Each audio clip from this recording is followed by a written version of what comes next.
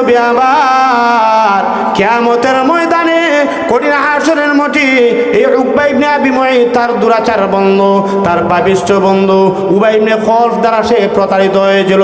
এই জন্য কিয়ামতের কঠিন ময়দানে তখন আফসোস করতে থাকবে, আয় আফসোস, মুহাম্মদের সঙ্গে কেন আমি বন্ধুত্ব করলাম না, মুহাম্মদের দিন যদি আমি গ্রহণ করতাম।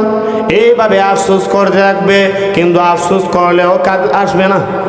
বিশ্ব নবী রাহমাতুল লিল আলামিনের সাহাবায়ে কেরাম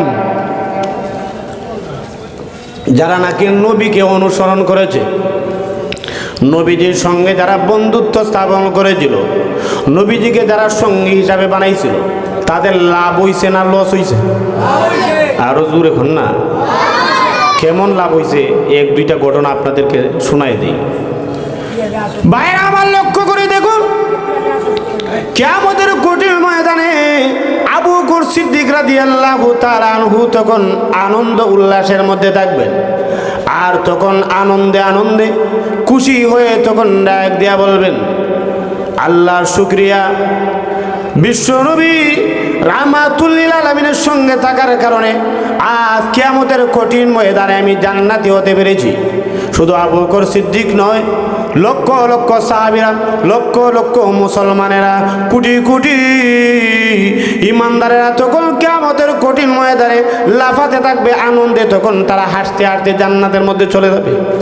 তারা তখন আনন্দে উল্লাস করতে থাকবে, আনন্দ উল্লাস করতে থাকবে, আর বলবে, আহারে দুনিয়ার জীবনে অনেক কষ্ট করছিলাম, নবীজির দিন অনুসরণ করছিলাম, এই জন্য আল্লাহ রাব্বুল আলামিন আজ আমাদেরকে জান্নাতের মধ্যে দিয়ে দিয়েছে। লক্ষ্য করে দেখেন, কিন্তু কিয়ামতের কঠিন ময়দানে যারা দুরাচার পাপিষ্ঠ বন্ধুর কারণে যারা জাহান্নামী হবে, এরা আফসোস করবে। এইভাবে লক্ষ্য করে দেখেন, বিশ্বনবী রাহমাতুল লিল আলামিনের এমনও সাহাবী আছে যেই সাহাবীরা নাকি বিশ্বনবী রাহমাতুল লিল আলামিনের জন্য নিজেদের পরিবার পরিজন, নিজের ঘর বাড়ি পর্যন্ত ছেড়ে দিয়েছে। এরকম নাই? বাইরে আমার লক্ষ্য করে দেখুন, আল্লাহ নবী বিশ্ব নবী রাহমাতুল লিল আলামিন যখন ইসলামের দাওয়াত দিয়েছেন, আবু বকর সিদ্দিক ডাক দেয়া বলেন, ইয়া রাসূলুল্লাহ, ইয়া হাবিবাল্লাহ, ওগো নবীজি, আপনি তো আমার বাল্যকালের বন্ধু, আপনি নাকি নিজেকে নবী হিসাবে দাবি করেন। আল্লাহ নবী বিশ্ব নবী রাহমাতুল লিল আলামিন ডাক দেয়া বলেন, আবু বকর, আল্লাহ রাব্বুল আলামিন আমাকে নবুয়ত দান করেছেন, বলেন না সুবহানাল্লাহ।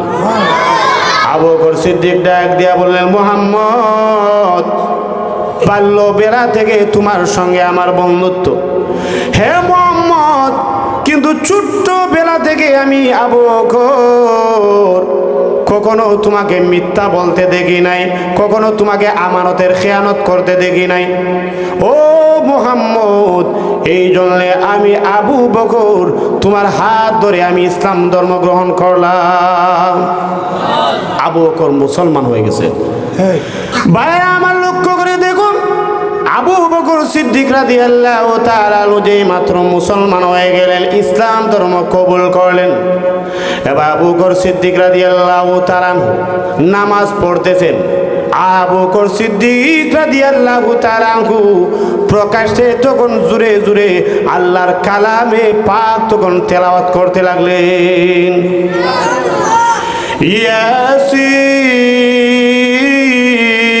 ইয়াসিন ওয়াল কুরআনিল হাকীম।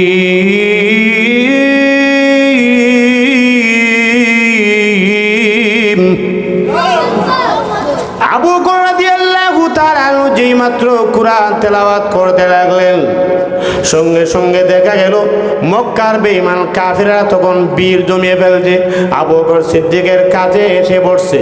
মক্কার বেঈমান কাফেররা তাদের ছোট্ট ছোট্ট ছেলে মেয়েরা, তাদের সন্তানেরা তখন আবু বকরের কাছে এসে বসেছে। শুধু তাদের সন্তানেরা নয়, মক্কার বেঈমান কাফেররা তাদের স্ত্রী সন্তান সবাই দেখা যায় আবু বকরের কাছে আসছে, বলেন না সুবহানাল্লাহ। মক্কার বেঈমান কাফেররা ডাক দেয়া বলতে দেয়, আবু বকর, আবু বকর, তুমি তো মুসলমান হয়ে গিয়েছো।